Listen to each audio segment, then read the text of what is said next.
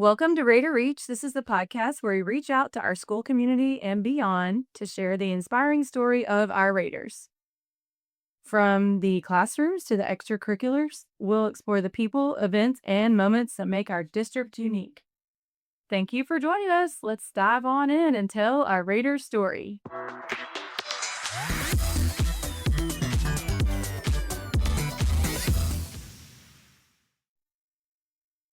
So I'm Meagan Hogg, and I am the District Director of Communication. And our guest today is a repeat guest, actually, with our very first guest on Rate or Reach.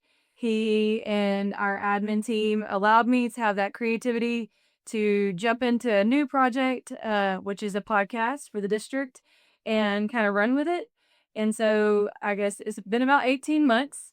We've been doing Rate or Reach. Sometimes it feels longer because it's 2 seasons, but we squeezed a 1 season into 6 months. So we have Dr. Mathews here with us today. Hey, Dr. Mathews. Well, hello. How you doing? I'm doing great today. I know it's a really busy time of year, so I just want to say thank you so much for joining us and giving your time.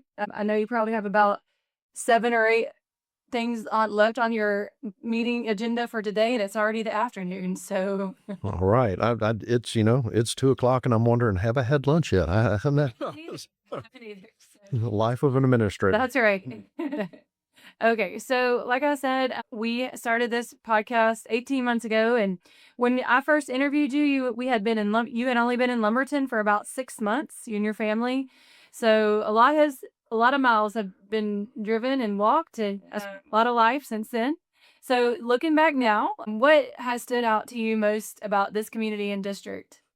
Well, I'll say, really, since I've been here, I've seen a huge cultural shift, and it's still ongoing, but it's more than just our campuses, our district. It's really the community, and I've seen it and felt it most on how the community responds to the school district, on some of the social media postings that we see. I know that school districts, for the most part, cannot respond to social media simply because it typically involves student records or student information or things that the district knows that it cannot communicate. So if you have parents or community members who get upset about something that's going on in the community, or even within their district or their own child, and we can't respond to it because we have special knowledge. Yeah. But what I've seen is, over the course of the past year or so, that those posts seem to be less. And what we are seeing more and more is that the community is responding in a very positive manner. Yeah. And so that's a good thing, because really in Lumberton, it's really a bedroom community, and we don't have a lot of large industry or corporations or anything like that here. And so a lot of Lumberton the city life is around our schools. Right. So when you see that shift, it means that we're touching more than just our campuses and our kids. We're touching the whole community. And one of the things that I have said since the beginning is that every day we have the opportunity to impact eternity. Yeah. Through the relationships that we build, through the lives we touch, and the subjects we teach. Yeah. And that's true not just with our students, but it's also true in the community. It's how the community perceives us. It's how we as professionals behave and interact with the community. And it's also how our students interact with the community. So, yeah, and I think in the past year and a half, you've done a great job at kind of embodying that. That first year you were here was all about making an impact, know your impact. And then this year has been about one team. And so we are all on one team together. And so when we're making that impact, we're all in this together, and we Yes. are all working towards that common goal. Yeah, so it's stacking is what it is, really. The whole idea of know your impact is talking about us individually, as individuals, how we, because of our interaction and relationships and things like that, we have the opportunity to individually impact the lives of those in our realm of influence. And then when we talk about it as a team, you see a greater impact when we approach it as a team. Like if we have a common response, if we have a common mission, a common focus, the impact is greater. And so that's the whole thought process behind it. We're going to add on to that next year. So here we go. There you go. It's gonna kind of a teaser for next year. We're gonna add on to that in a different level, right? Different level. Okay, so as you reflect on this school year, this 2026 school year, what are some things that come to mind just off the top of your head, accomplishments, moments across the district that make you especially proud?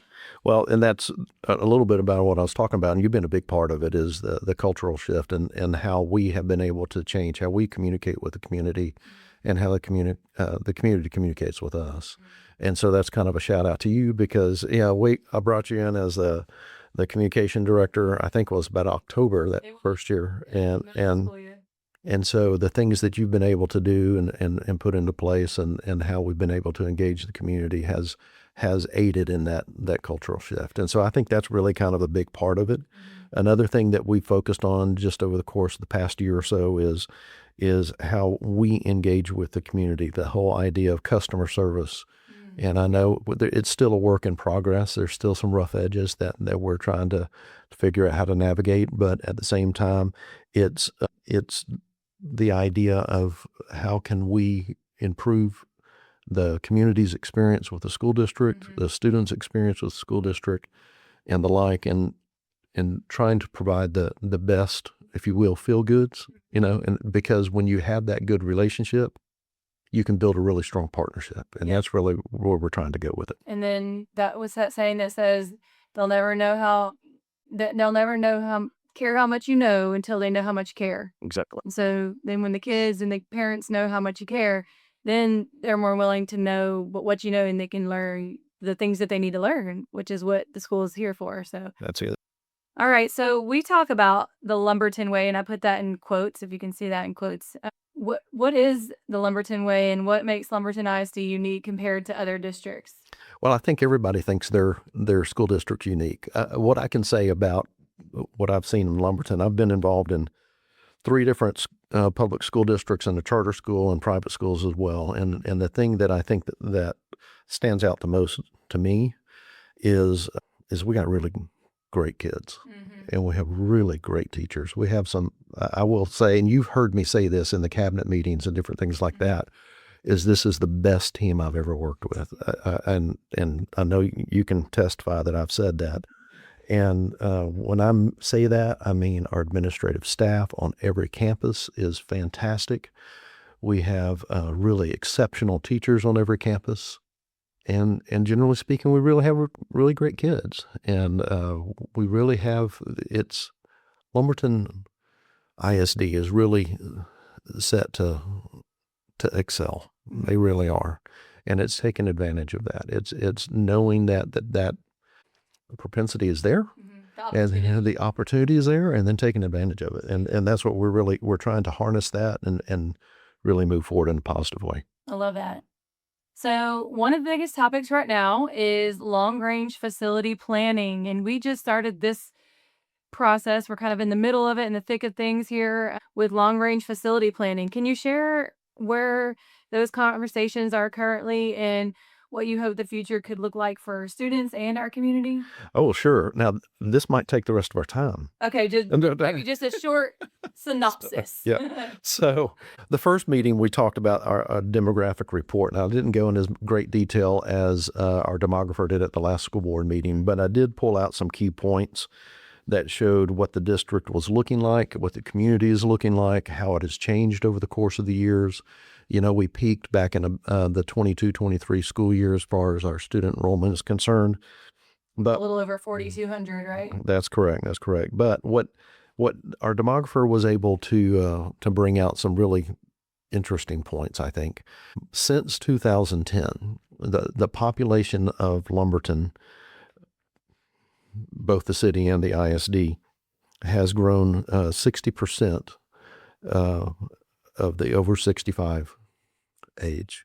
So the move-ins, the people who are here or who or the retirees, those who have, they say aged in place, those who have been living here for a long time, and and are now over the age of 65, that number has increased. So above, I think the last time we had it looked at was about 55 or so percent of the folks that live in Lumberton ISD are over the age of 65. Okay. And according to our demographer, he says that has increased since about 2010 is when it really started moving upward.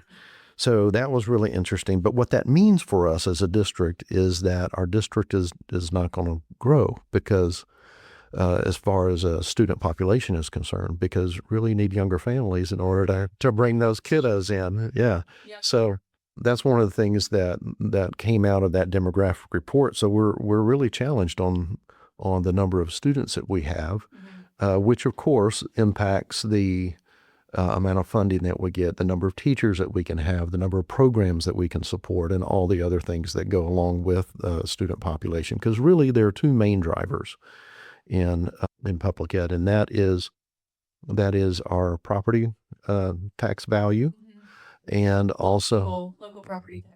Yeah. local property tax value, and then also the number of students that we have sitting in the seats. So those are the two main drivers of funding for public ed. And believe it or not, in Lumberton, only about 25% of our overall budget comes from local taxes. 75% is sent from the state. Wow.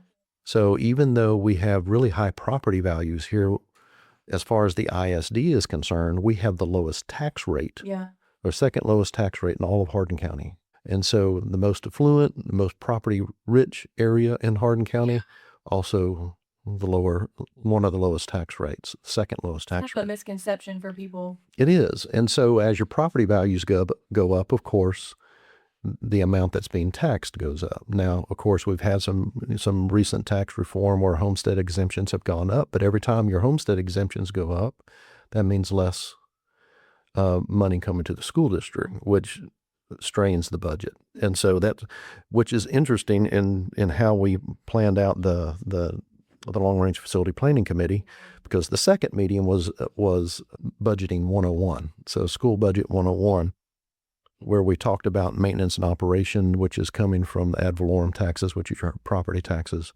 and then your interest and sinking, which is paying down the debt. So when the school district takes on bonds, those bonds can only be spent on certain things. There's a misconception out there that, hey, well, we just approved all these bonds, you can pay your teachers out of that. No, you can't. Right. That's facilities, and it's very limited on what we can spend it on. So there's a huge misconception on how school finance works. So in the second meeting, we talked about school finance. And then in the third meeting, we met at the middle school cafeteria. It was great. We had the opportunity, in the second meeting, we toured the primary building. The third meeting, which was last week, we toured the middle school, but we talked about the educational programs. In other words, what facility type things do we need, facility related things do we need in order to be able to deliver the educational program? So that's everything. That's like one of the things that I brought up on every campus is ensuring that we have technology for our teachers to be able to present lessons. Yeah. Over here on this side of town, most of our classrooms are still using document cameras or I told the story of when I first came to town. I was walking through the high school and somebody had an overhead projector, the kind that you used to write on. And with the transparency. Yes. Yeah. So we still had those. That's funny. Yeah, there was, anyway, one classroom I saw it, I had to do a double take.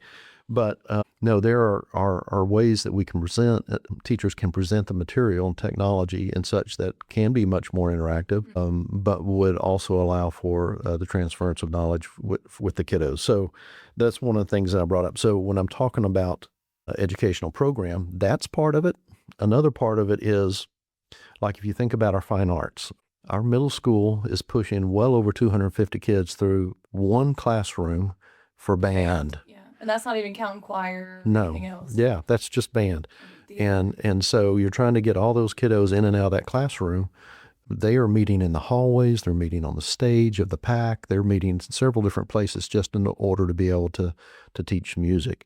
And so when you look at the middle school educational program, we are limited on space. So is there a way that we could create another space where we could have another, maybe make another choir room somewhere, or do something so that the band could have more space. So that's another thing. And then we actually employed someone at TASB's, Texas Association of School Boards facility group, to come out and do the facility evaluation, because we didn't want people to think, well, hey, it's just, this new guy coming in saying, yeah, it's not our agenda. They came in.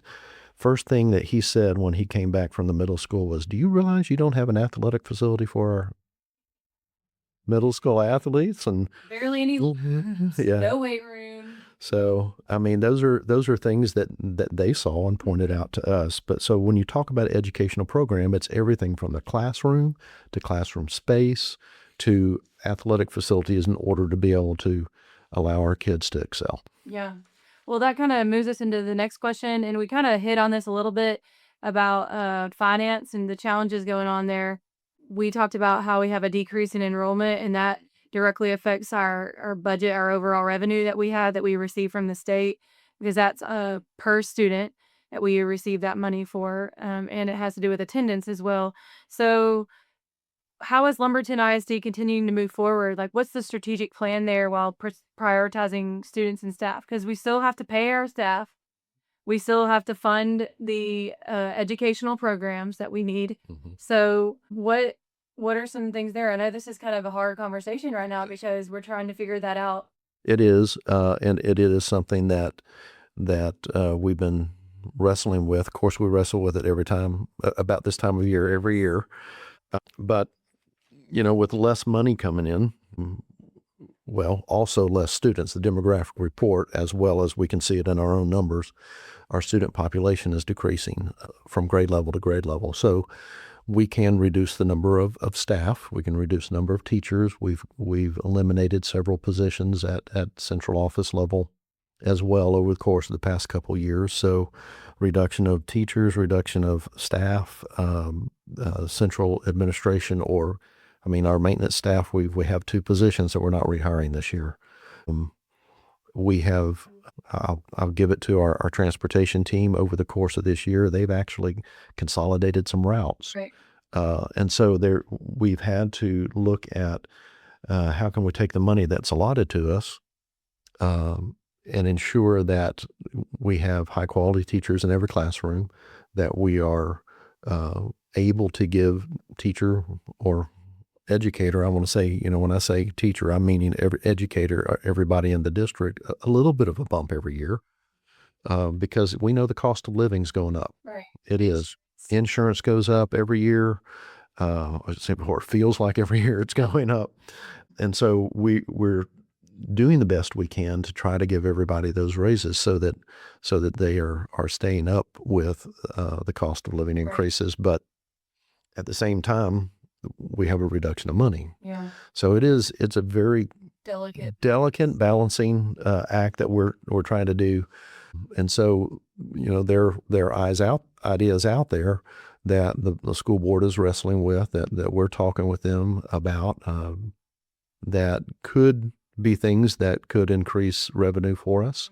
Mm-hmm. The best explanation I've heard of what public schools are going through across the state is not that they are having budget deficits, they're having revenue deficits, because as much as our legislature has said they increased the amount of money to public schools, the majority of it is a pass-through. Like, we couldn't, as a school district, choose how we were going to use that money. It was directed straight to last year teacher salaries. So we had several teachers that got $4,000 and $8,000 pay raises, and no one else in the district experienced that. Yeah. And so when we have a little over 600 employees, mm-hmm. Only about 200, and I want to say 280 something. I don't have the number right off the top of my head. Right. Our teachers. We know their job. They should take that money. They should. To be rewarded for that. But they should, absolutely. We want to reward every employee too. Yeah, I'm absolutely not saying anything against that. Yeah. It's just that everybody else in the district wasn't able to experience the same thing. Yeah. And so we're taking what limited funds that we can get and trying to ensure everybody gets that, gets a raise. Well, there's On a good note, there's been a strong focus this year on growing more opportunities for students, especially here at the high school. Oh yeah. Whether it's academics or CTE, fine arts, athletics, leadership, what are some initiatives you're most excited about as we look ahead to the future? Well, we have a great relationship with LSCO, and Okay. it's been fantastic to work with them. This year, of course, folks may already be aware, we had launched an HVAC program. We have an agreement with LSCO where if they provide the instructor and all the lab equipment and everything that goes along with it, then they would provide that for our students as part of our construction pathway. And then, but they get to use our facility in the evening, so they can open it up to evening classes for other folks. And it's right out back by the ag mechanic shop, and we have a couple classrooms out there that they use. And so that's a unique opportunity that we're building with LSCO, and coming up next year, we're opening up cosmetology. I know, and a lot of people are so glad to hear that coming back to Lumberton. Yeah, and so it's a neat opportunity. I can say that I have a sister who is in cosmetology, and she does a great job. She specializes in hair color. So if anybody wants to know her name, she's in Austin, and it's really funny. Drive a little bit. It's a bit of a drive, but when she moved down to where she is it's actually is Buna, Texas. Buda. That's I it. live there. I used to Yeah, live there. Taught there. yeah. So when she moved down there, she still had clients from Dallas driving down. I don't know if I don't know if they still are, but yeah, they would drive down to see her. Well, I mean, when you're a lady and you find a good hairdresser, you're very loyal. I know. I know how that is. Okay, well, we're going to take a little bit of a break here, and we want to talk about some other things in a little bit, and we'll continue on with that conversation. But we're going to ask Dr. Matthews a few quick fire questions, kind of get to know him and take a little break. Are you ready, Dr. Matthews? Sure, let's go.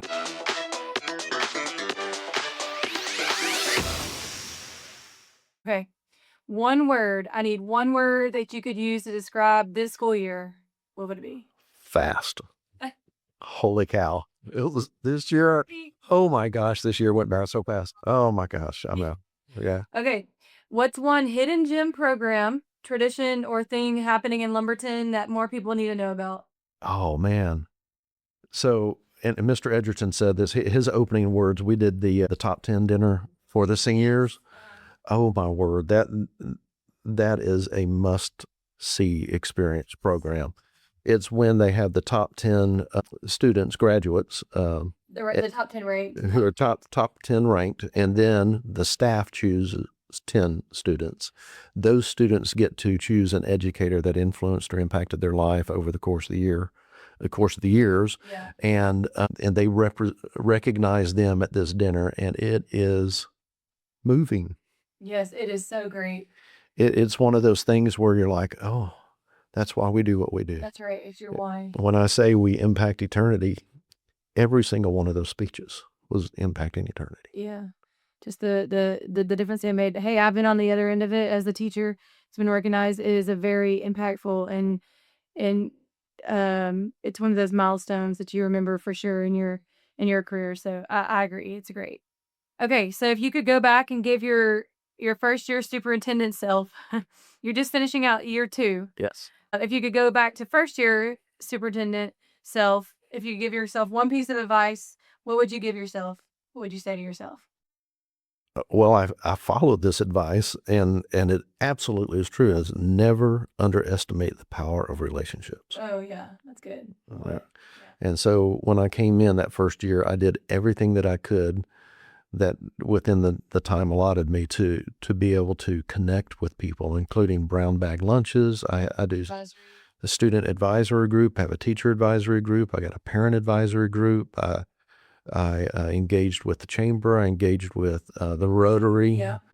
Plugged in as many different things as I could as time allowed. And for about the first 6 months, it was easy because it was just me and my son. My wife was still up in the Dallas-Fort Worth area, but as soon as we got moved into a house, it changed the dynamic a little bit. So, but I was able to plug in and connect with people and get to know a lot of people, not just in Lumberton, but all throughout Hardin County. I had the opportunity, the board afforded me the opportunity to participate in Southeast Texas Leadership Oh, yeah. Leadership Southeast Texas, which was fantastic. So I got to meet all the judges and everything from all the surrounding counties, and just network with the leadership. And just by doing that and building those relationships, it's real simple. Of when we run into a problem or a hiccup where we might need assistance, I can pick up the phone and call someone. Yeah. And they're like, "Oh yeah, I'll take care of that." It's so never underestimate the power of relationships. That's so true. Okay, so outside of education, what's something that people might be surprised to learn that you enjoy doing in your, and I put this in quotes, free time? Because I'm sure you really don't have a lot of free time. I used to love it when people would say, "Well, at least you got the summers off." Listen, Really crazy. I don't think I've had summers off in 20 years, and this is my I'm 29th year in education. So I well, I don't get to do it very often, but I love leading wilderness trips. Like I got started even when I was a kid, so I was 23, 24 years old, and I'm old now, so I can say that's a kid. But I used to lead wilderness survival and experience trips for adjudicated youth. And I've just carried on with, I just love it. I love getting out. I especially love doing, oh, yeah, camping. And I'm involved with the Scouts here. I was involved with the Scouts up in previous area. And up in the North Texas area, we went every month. It didn't matter, rain, sleet, snow, it didn't matter.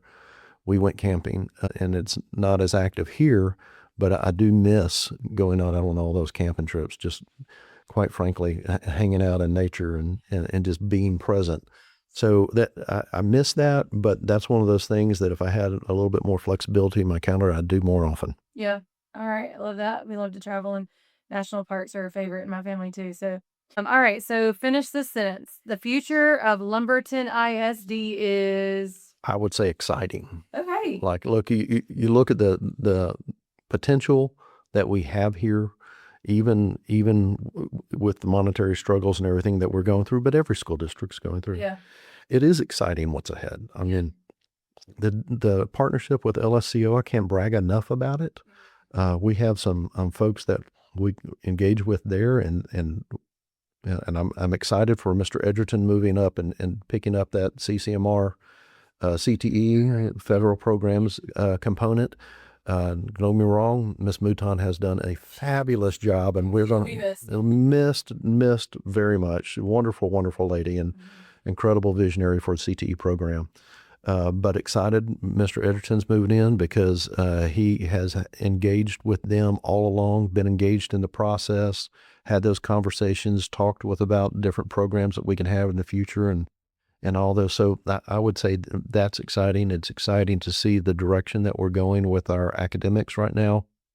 We've had a very strong focus on academics this year.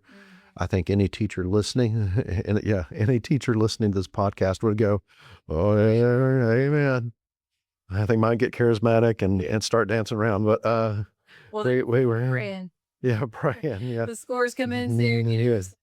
So it is exciting, and we have responded to what we feel like our community is asking of us, and that is to step up our game academically and ensure that students are learning and growing and the like. So I would say that if you ask, what complete the sentence, the future of Lumberton ISD is exciting. Yes, I agree. I think that's awesome. Well, let's continue on that topic and head back into a few more questions before we close out.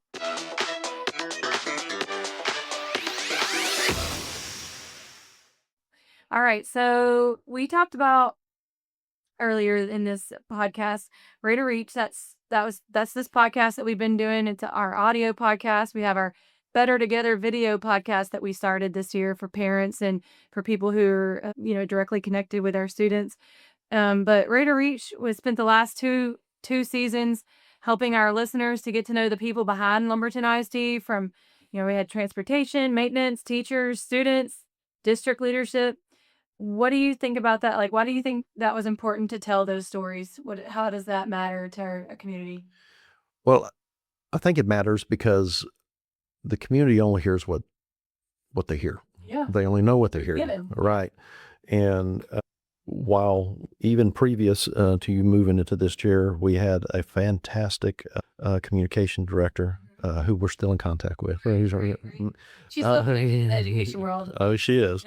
But even though we had all that, we had, I would say, a deficit of us painting the picture of what we're doing.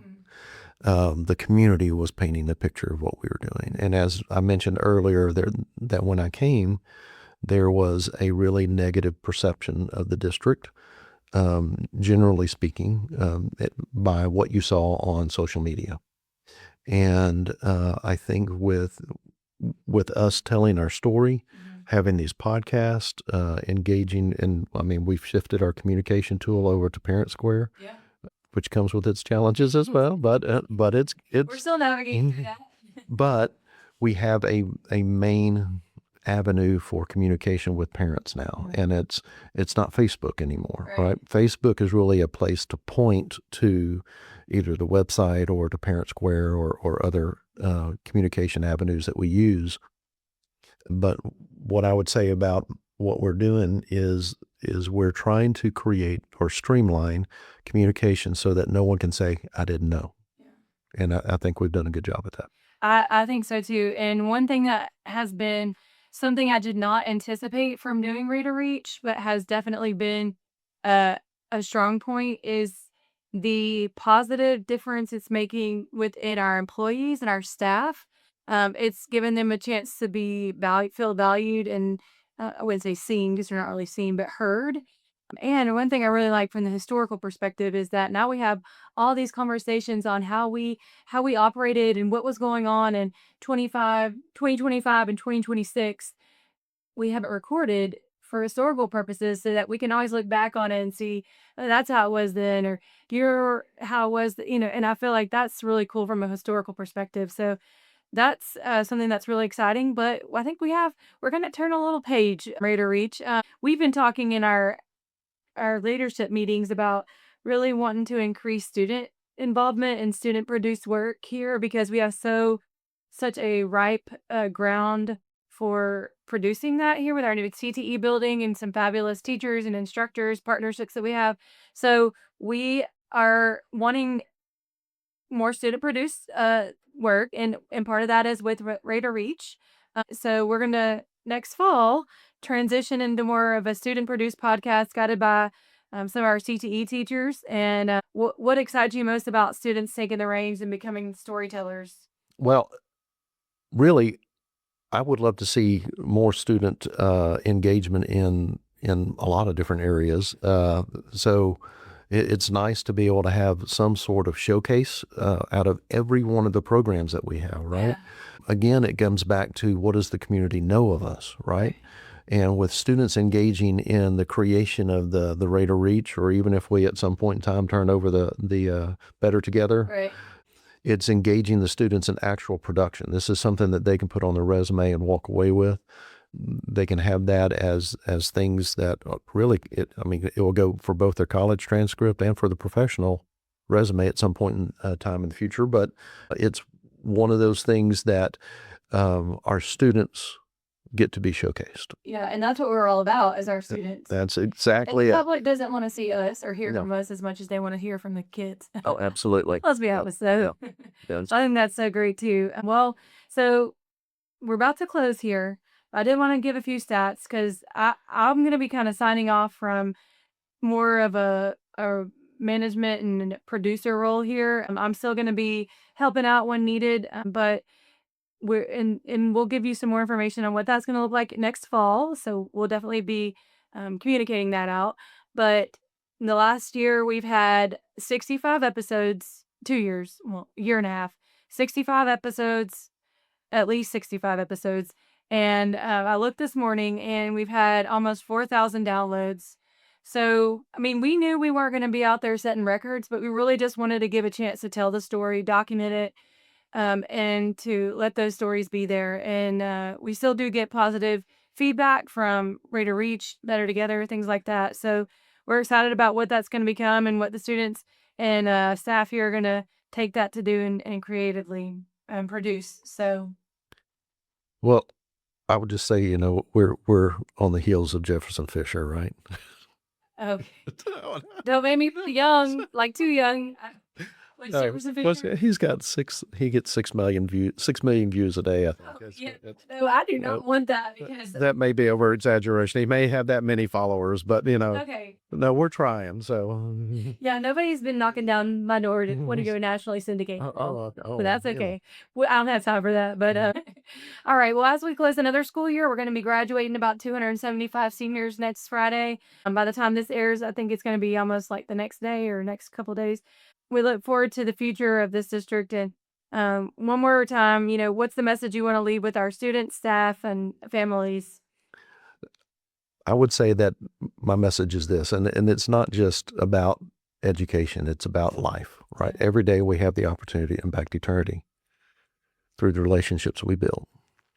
And I think we can take that to work. Yeah. We can think about that as we drive down the road, our families, our church communities, if you're engaged in that, any sort of community or realm of influence that you're involved in, is we have the opportunity to really have a ripple effect in someone else's life.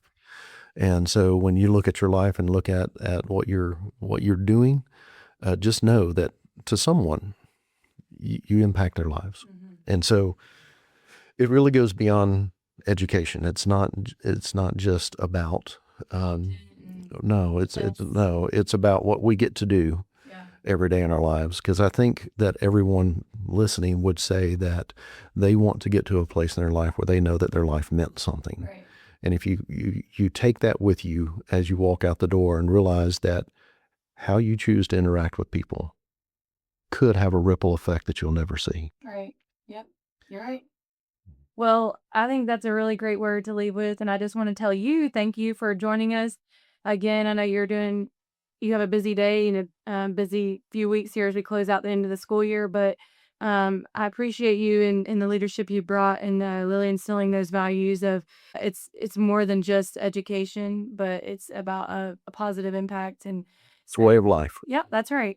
Well, that's a wrap for today's episode of Radar Reach. For this season's Radar Reach, we hope you enjoy hearing these stories that make our district and community so special. So remember, it's all about making an impact in the classroom, our lives, and the world. Find us on all podcast platforms and be sure to subscribe, share this episode with others. And I'd like to say join us next time as we transition into something new next year. Reach out, share those Radar stories. But until then, let's just stay connected. Let's stay inspired. And as Dr. Mathews just said, let's just keep making that impact. Thank you, Lumberton. And we're signing off for the school year and hope you have a great and safe summer. Bye. Bye.